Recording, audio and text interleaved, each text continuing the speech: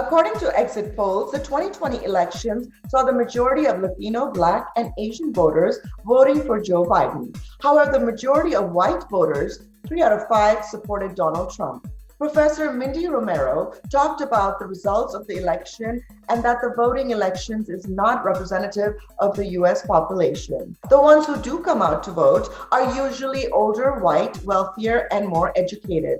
And in terms of ethnicity, it's more white voters, and this goes for every state.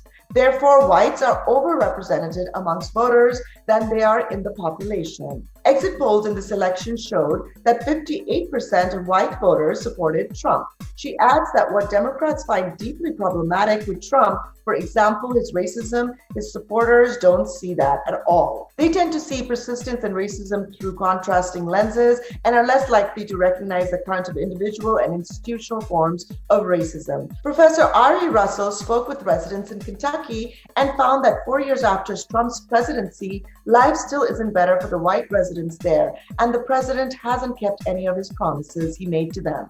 Part of the reason is that the Democratic Party doesn't have enough of a representation in these areas, and these voters do not get enough of the left side's views and stance on issues.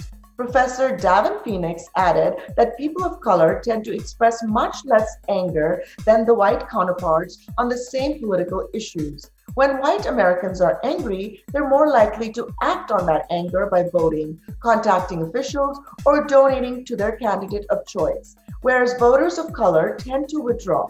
Despite feeling threatened by another 4 years of a Trump's presidency, voters of color didn't get energized and vote, and instead withdrew. He stresses that it's important to understand why voters of color choose to respond the way they do and to give them the same benefit of the doubt as white Americans when it comes to political choices.